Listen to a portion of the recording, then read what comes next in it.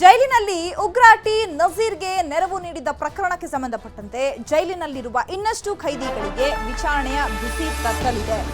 ಮನೋವೈದ್ಯ ನಾಗರಾಜ್ ಸಂಪರ್ಕದಲ್ಲಿ ಇದ್ದವರ ವಿಚಾರಣೆಯನ್ನ ಕೂಡ ನಡೆಸೋದಕ್ಕೆ ಸಿದ್ಧತೆಗಳು ಆಗ್ತಾ ಇದೆ.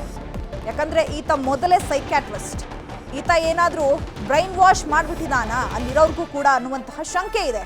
ಹಾಗಾಗಿ ಈತನ ಸಂಪರ್ಕದಲ್ಲಿ ಯಾರ್ಯಾರು ಇದ್ರು ಅಥವಾ ಈತ ಎಷ್ಟು ಜನಕ್ಕೆ ಕೌನ್ಸಿಲಿಂಗ್ ಮಾಡಿದಾನೆ, ಕೌನ್ಸಿಲಿಂಗ್ ಮಾಡಿದಂತಹ ಸಂದರ್ಭದಲ್ಲಿ ಏನಾದರೂ ಅವರ ಬ್ರೈನ್ ವಾಶ್ ಮಾಡುವಂತಹ ಕೆಲಸಗಳು ಆಗಿದೆಯಾ ಅನ್ನೋದ್ರ ಬಗ್ಗೆ ತನಿಖೆ ನಡೆಯುತ್ತೆ.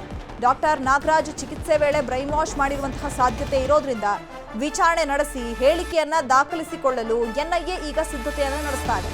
ಮತ್ತೊಂದು ಕಡೆ ಉಗ್ರ ನಜೀರ್ ಜೊತೆ ಲಿಂಕ್ ಇದ್ದವರ ವಿಚಾರಣೆ ಕೂಡ ನಡೆಸಲಾಗ್ತದೆ.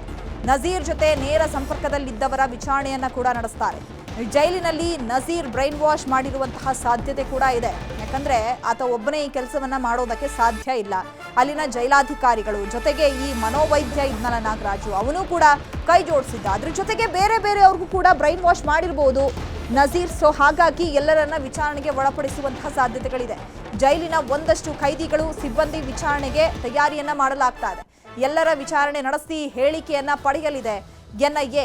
ಈಗಾಗಲೇ ಲಿಸ್ಟ್ ರೆಡಿ ಮಾಡಿರುವಂತಹ ಎನ್ಐಎ ತಂಡ ಯಾರ್ಯಾರನ್ನ ವಿಚಾರಣೆ ಮಾಡಬೇಕು ಅಥವಾ ಈ ನಜೀರ್ನ ಸಂಪರ್ಕದಲ್ಲಿ ಇದ್ದಂಥವ್ರನ್ನ ಯಾರ್ಯಾರು ಮಾತನಾಡ್ತಾ ಇದ್ರು, ಜೊತೆಗೆ ಯಾರ್ಯಾರು ಇದ್ರು ಅಂಥವ್ರನ್ನ ಲಿಸ್ಟ್ ಮಾಡಿಕೊಂಡು ಈಗ ವಿಚಾರಣೆಯನ್ನ ಮಾಡೋದಕ್ಕೆ ಎನ್ಐಎ ಮುಂದಾಗಿರುವಂಥದ್ದು. ಅದರ ಜೊತೆಗೆ ಮನೋವೈದ್ಯ ನಾಗರಾಜ್ ಇದಾನಲ್ಲ, ಆತ ಕೂಡ ಅಲ್ಲಿ ಸೈಕ್ಯಾಟ್ರಿಸ್ಟ್ ಆಗಿದ್ರಿಂದ ಆ ಸೈಕ್ಯಾಟ್ರಿಸ್ಟ್ ಅವರನ್ನ ಭೇಟಿ ಮಾಡಿ ಅಥವಾ ಅವರಿಗೆ ಏನಾದರೂ ಒಂದು ಚಿಕಿತ್ಸೆ ಕೊಡುವಂತಹ ಸಂದರ್ಭದಲ್ಲಿ ಬ್ರೈನ್ ವಾಶ್ ಮಾಡಿರಬಹುದು ಅನ್ನುವಂತಹ ಶಂಕೆ ಇರೋದ್ರಿಂದ ಎನ್ಐಎ ಅಧಿಕಾರಿಗಳು ಈಗ ಒಂದಷ್ಟು ಜನರ ಲಿಸ್ಟನ್ನು ತಯಾರಿ ಮಾಡಿಕೊಂಡು ಅವರೆಲ್ಲರನ್ನ ವಿಚಾರಣೆಗೆ ಒಳಪಡಿಸೋದಕ್ಕೆ ಸಿದ್ಧತೆಗಳು ಆಗ್ತಾ ಇದೆ. ಫುಟ್ಪಾತ್ನಲ್ಲಿ ಮಲಗಿದ್ದವರ ಮೇಲೆ ಕಾರ್ ಹರಿದಿದೆ. ದೆಹಲಿಯ ವಸಂತ ವಿಹಾರ ಪ್ರದೇಶದಲ್ಲಿ ಈ ದುರ್ಘಟನೆ ಸಂಭವಿಸಿದೆ.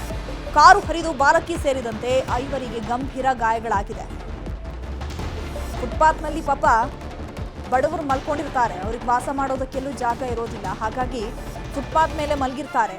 ದೆಹಲಿಯ ವಸಂತ ವಿಹಾರ ಪ್ರದೇಶದಲ್ಲಿ ಈ ದುರ್ಘಟನೆ ನಡೆದಿರೋದು. ಕಾರು ಏಕಾಏಕಿ ಹರಿದುಬಿಟ್ಟಿದೆ. ಬಾಲಕಿ ಸೇರಿದಂತೆ 5 ಗಂಭೀರ ಗಾಯ ಆಗಿದೆ.